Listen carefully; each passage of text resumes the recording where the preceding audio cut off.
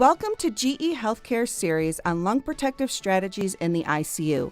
I'm Lisa Nolan. The CareScape R860 offers a wide array of advanced ventilation tools to help with the clinical decision-making process around lung protective strategies.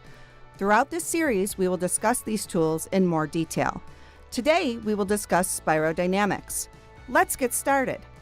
Spirodynamics is a CareScape R860 clinical decision support tool which draws a dynamic pressure-volume curve, breath by breath, regardless of the volume or pressure control modes of ventilation. The use of the pressure-volume curve can help to identify changes in compliance by showing changes in volume over changes in pressure. There are two important areas to point out on the pressure-volume curve. They are the upper and lower inflection points and can be visualized by the curve's change in direction. The lower inflection point is determined when the curve is flat and increases in an upward direction. This could indicate a need to increase the PEEP setting.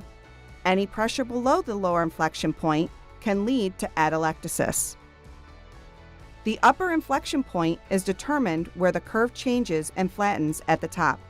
This could be an indication of overdistension or the maximum setting for peak airway pressure. If overdistension occurs over an extended period of time, it could lead to volutrauma or barotrauma. The goal is to minimize changes between the upper and lower inflection points, as this ensures optimal gas exchange at the alveolar level. Sometimes it can be difficult to visualize the upper and lower inflection points using the pressure-volume loop. The CareScape R860 offers measurements on tracheal pressures and intrinsic PEEP via a small 2mm tracheal catheter and the use of the Spirodynamics Clinical Decision Support tool.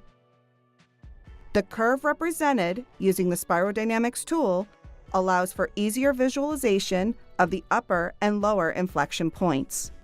The CareScape R860 allows the overlay of the curve from the catheter and the pressure-volume loop from the ventilator.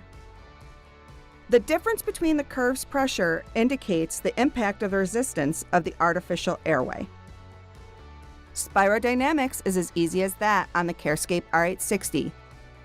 Please join us next time when we talk about gas exchange and dead space ventilation. I'm Lisa Nolan for GE HeathCare series on lung protective strategies in the ICU.